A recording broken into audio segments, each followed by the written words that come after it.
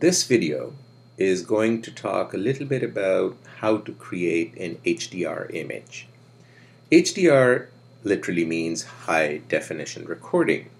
An average image is going to be in your 35mm digital camera is shot as either a JPEG or a RAW file. Benefits with the RAW file being that it has a higher bit rate. Most cameras will have 12 or 14 bit in the 35mm area, and a JPEG will always be an 8-bit file. Ultimately, yes, it is a great idea to shoot as a RAW file because it gives you more information. But for this exercise and for the sake of convenience and to have minimal time spent on it, just as a learning process, I have got images as JPEG files. So first, what you need to do is create multiple images, which are going to be then put together through the HDR process and help you maximize the level of details that may appear. Steps that you need to ensure before you begin the HDR imaging process. Make sure that you have a tripod or you place your camera on a very stable surface when you're photographing a scene. Also ensure that there is no movement of elements that are there in the scene, otherwise all images will not align because it'll throw things off. So it's a great idea to photograph a scene which is fairly still and static. The other thing you need to be careful of, you will be varying your exposure. You will never vary your aperture settings because change of aperture will have a huge impact on your depth of field, and that may also create what is known as ghosting.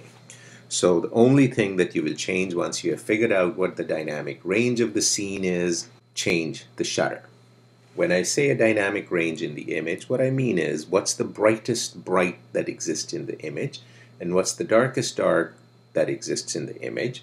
And your goal here is to be able to capture the best possible details in the brightest bright and the best possible details in the darkest dark.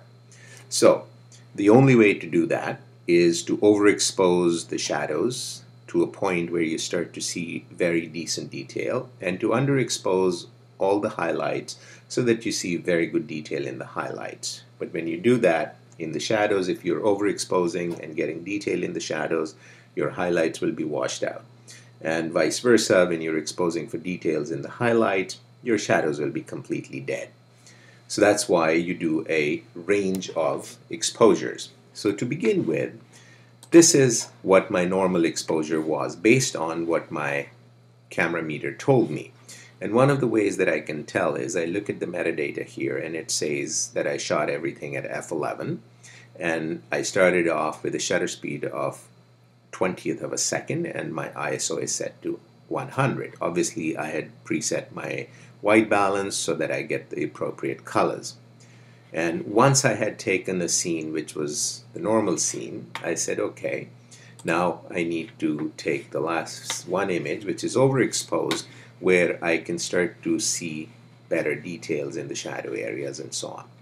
So if you'll notice here, it says +1. This was set to auto bracketing on my camera. And then the third image was a one-stop underexposed because I really wanted to capture the dramatic sky over here. And then the fourth image was to further enhance the sky, which is 2 stops underexposed. Once I have the right images, I'm going to select all the images and then go into the option at the top where the menus are, and one of the menu is Tools.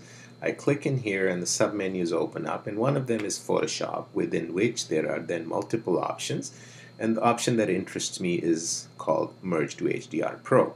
So I come and click while all these images are selected. So I had not started Photoshop, so by default it says, hey, I need to start Photoshop, and notice it will start loading all the images in here, which are the 4 images, and then once it has laid the images in here, it'll open up another dialog box, which is the Hdr Dialog box. So let's wait and see what's happening here. So here we are. So this is the dialog box, and if you notice over here, here we are.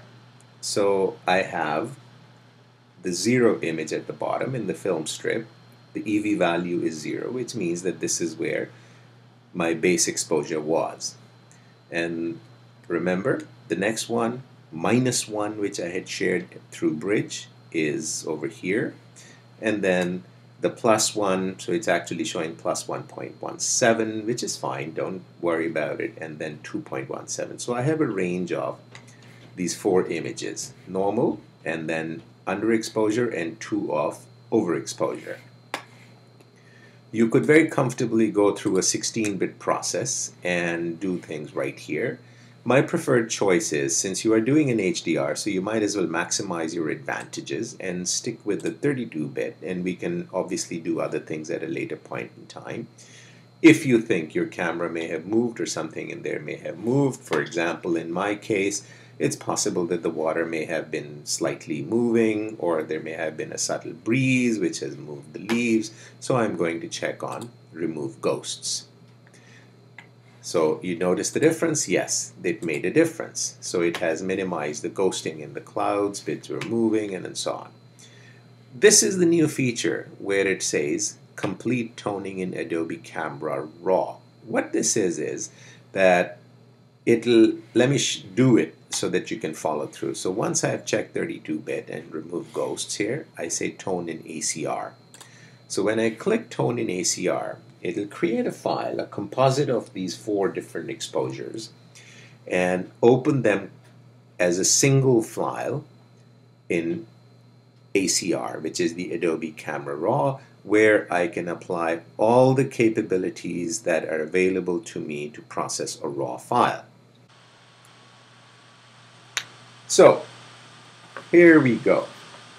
Here is the raw converter with all the options. What is happening is that this will be applied to the image as a filter.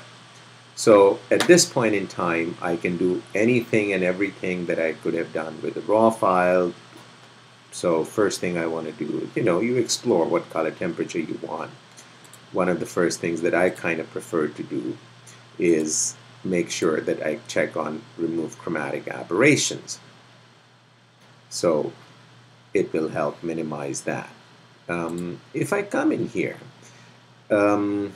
make sure you're in the most current process. Okay? So going back to the basics now. So the first thing I want to do is pull up a little bit of the exposure so I start to see a little more detail. And then what else do I wish to do? I want to bring up the shadows in here. So you notice my shadows are really pulling up, and I can comfortably go pretty high.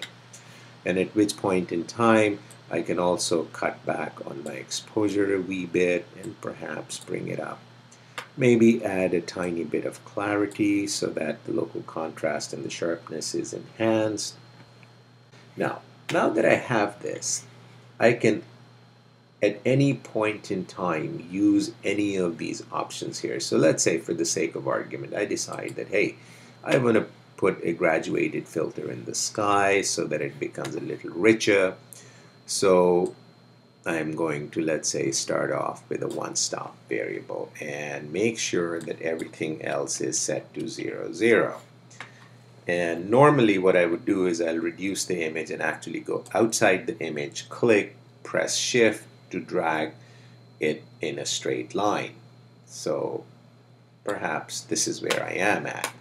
So depending on what you want, you can modify things here and there. You can add a little bit of clarity, or perhaps reduce the saturation, or maybe if you decide that, hey, you needed additional color in here, you can always come into your color picker in ACR and add whatever color you want. So for the sake of argument, and this is just for demonstration purposes, I'm not actually proposing that we do all of this. Let's say I wish to add a little bit of warmth to the sky.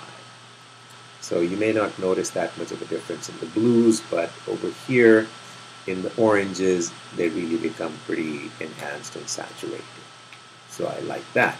By the same token, I would like to apply a similar feel over here, or maybe just take an exposure brush and leave the same settings. I'm going to go 0, 0 with the same color, lower the exposure, and let's see if I were to paint a little bit in here and see how it behaves. Because it is such a spread out space and it's kind of broken up, I can afford to fudge things a little bit without really too much stress and exposure issues. And what if I were to actually enhance my exposure a tiny bit, kick in a little bit of contrast, and perhaps a little bit of saturation in here. I kind of like that. So once you have achieved what you were hoping to achieve in here, that's the point where you hit OK. And once you hit OK, it will once again take a little time to open it up in Photoshop. Now, we have the image opened up in Photoshop. And if you open your layers palette, you will notice that this appears as a smart object. And there's a smart object filter applied over here. Okay? So remember one thing, that this is exactly how it will appear if you go through the ACR toning, initial ACR corrections. Once you have done this, then you go into the image menu in Photoshop at the top, and then into the submenu of adjustments. Oh, sorry, I forgot. Notice here where my cursor is, where it says 32-bit, that's what we want for now. So I come into adjustments and HDR toning. When you do that, it says HDR toning will flatten the document. Do you wish to proceed? Absolutely yes, because otherwise I will not be able to do anything. And this again may take a little time depending on the processing power that your image may have or your computer may have. So be patient. This is one of the reasons why I recommend doing a small JPEG, so that it doesn't take too much time to learn the process before you begin to do an HDR image by choice. So once that has been done, you should get this dialog box, which is about HDR toning. And this is a default behavior. So things may not look exactly what you were hoping for. But I'm going to move this aside so you can overall see what's going on in the image. There are certain defaults. You can choose any of these defaults to explore how things may look by default. So for the sake of exploration, I'll say City Twilight. And this is what it looks like. Perhaps you may like this, and then you can use this as a starting point and then do other things on top of it. Okay? Or you say, okay, no, I want a very flat looking image, so you can do that. And this could be a starting point for you if you're proposing to do a black and white, perhaps a monochromatic, artistic, and see what it looks like. Ugh, not my favoritist, or however it may be. So these are presets. Explore them and see what they do. Try the photorealistic and see where it puts you. And perhaps this may be the right choice to begin with. I don't know. It's exclusively your choice. If you don't wish to, you can simply leave it to default, whatever it is, and then you can start using all these controls that are available to you. Now, before we go there, the method over here, it says by default local adaptation. So let's see what the others are. So if I click on exposure and gamma, my other options disappear. If I go into highlight compression, there are no options for this HDR toning method. Equalize histogram, no options available. Local adaptation, and we are back to square one. Local adaptation may be the preferred choice at this point in time, simply because all those options are available to you in here with different names. And let's see what these are about. So what in the world is the radius? 16 pixels. Control the size of the glow effect. So if you wish to have a super surreal looking image, obviously this will be a higher number, and then you can adapt on how much strength you may wish to apply to it. So try and be realistic. So I am pretty okay as yet. And yeah, that's not too shabby. The tone and detail. Oh, sorry, the smooth edges. In case you feel that there's a bit of excessive sharpening that is appearing along the edges, you can always click on smooth edges, and it may do things that you would like, or it may not. I personally would rather leave it alone at this stage, particularly for this image. In tone and detail, when we talk about the gamma is obviously the differences between the highlights and the shadows. So the higher the gamma, the brighter it will be. The lower the gamma, the darker it will be. So if I lower the gamma, flatter it looks, the highlights. If I increase the gamma, the contrast starts to change. I don't want to wash out all these nice blue details in here, subtle details. And I can look at my histogram in my tone and curve area. So I don't have any clipping as yet. Exposure, I could definitely keep an eye and push up the exposure slightly or not, depending on, everything depends on what is it that you are looking for. In terms of the detail, this will enhance or minimize the level of details in particular images or particular areas of the image. So if I were to, just for the sake of argument, enlarge a certain area within the image, let's see what happens. So let's say this rock face over here. So if I were to, and my image magnification is now at 100%. So ideally you wish to look at things at 100%. So I'm going to exaggerate things. So what if I minimize all the detail? Whoops, this is weird. Perhaps this can be a great way of exploring your artistic side and see what may work for you.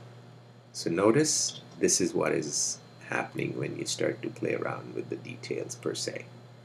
So be very careful that you kind of stay realistic, and don't be afraid to go back and forth to play around and adjust things accordingly as you make changes elsewhere. So I'm going to go back to a 100% view so that I get an overall feel of what the image is about. And here the shadows, I can enhance the shadows. If you notice, there we go, enhancing the shadows. Highlights, I can pull back highlights if I so desire, or I can increase the highlights depending on what your image is about. The vibrance has to do with the vibrance of colors in the image. So if I just a hair to enhance that. Do I wish to have more saturation? Perhaps a little less to be a little more realistic, or however that may suit your particular image. And at the end of it, here's the curve. So you have got the ability to further modify, and the behavior of the curve is no different than the curve's adjustments within Photoshop itself when you're working. So let's see, I kick that up and I'm going to pull back. So I'm going to try and enhance my contrast a little bit. And I kind of like this. So once I'm happy with it, I'll hit OK. And once you hit OK, it's going to actually take this file and create the final HDR version in 32-bit. So this is what my image currently looks like. Now, 32-bit image is wonderful that we have managed to do it in 32-bit and got a whole lot of details and everything else. The problem is a 32-bit file is utterly worthless. You can't really do very much. So what is it that I need to do? I'm going to first and foremost save this file. Okay, so I'm going to save as, and I'm going to just for the time being put it on my desktop and call it test 32-bit HDR. Okay, and notice there's a profile and I'm saving it as a Photoshop file, and I hit save and I can see the progress at the bottom left, and it has saved itself. So it's become a reasonably large size file, 249 megs. Now I wish to go and make a print of it. So unfortunately 32-bit file cannot do anything whatsoever. I mean, you can do a few things here, levels, exposures. Notice a whole bunch of things are grayed out so they don't become available to you. So now I go into image mode, and here it says 32-bit per channel. Now I'm going to go 16-bit per channel because 16-bit files I can print. Notice when I go 16-bit, certain things change because 32-bit has a lot more information in comparison to 16-bit. So suddenly you will have to fine-tune your toning methods in here and see where you may wish to keep this image.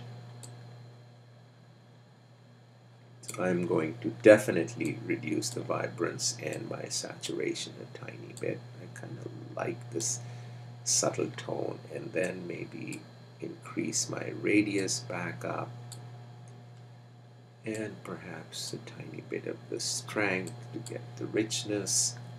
And now maybe go back and play with my vibrance a tiny bit,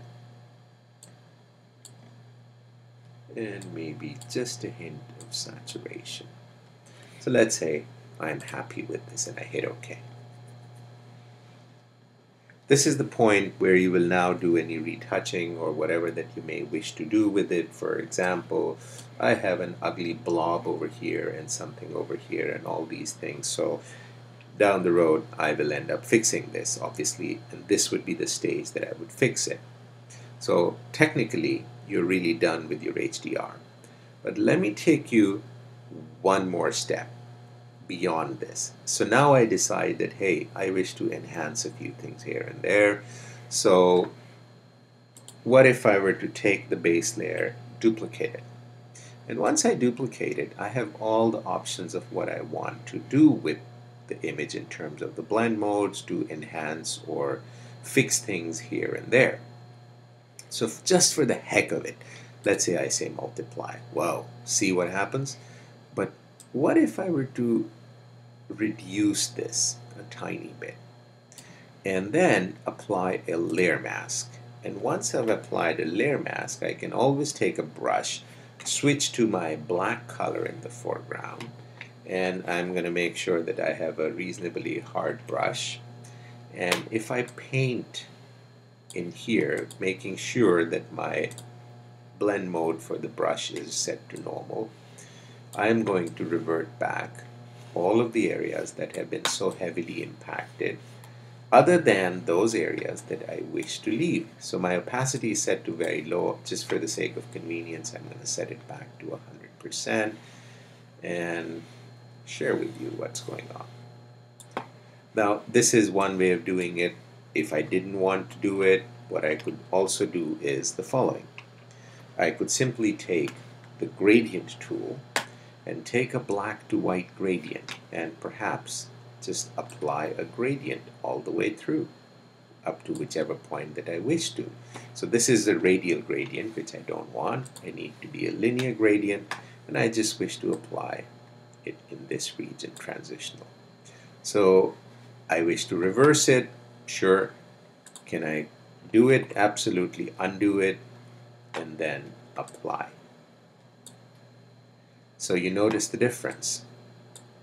So I am pretty okay with this. Now that I have done this, I can then start to work in this area and choose how much opacity do I want, how much richness do I want. I could perhaps maybe even want this much, and then work with that. So I could now take a brush, and this time around I'll take a softer brush and perhaps a lowered opacity, let's say 25%, and just work within these regions so that I can open these up a little bit so that they start to look realistic.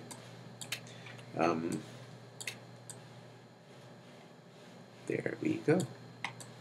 So you notice how the unreal richness of colors is modifying itself, and I could say, oh, I also needed more detail in the water here, just so that it looks nice and clean a little bit, but I don't want to modify this rich color because I feel that it kind of helps the image. So here we are. And this is what my mask looks like.